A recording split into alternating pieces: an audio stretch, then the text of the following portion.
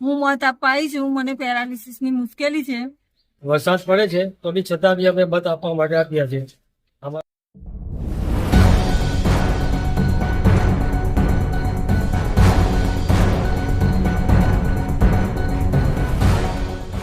ગ્રામ પંચાયતની ચૂંટણી છે એના માટે અમે મત આપવા માટે આવ્યા છે.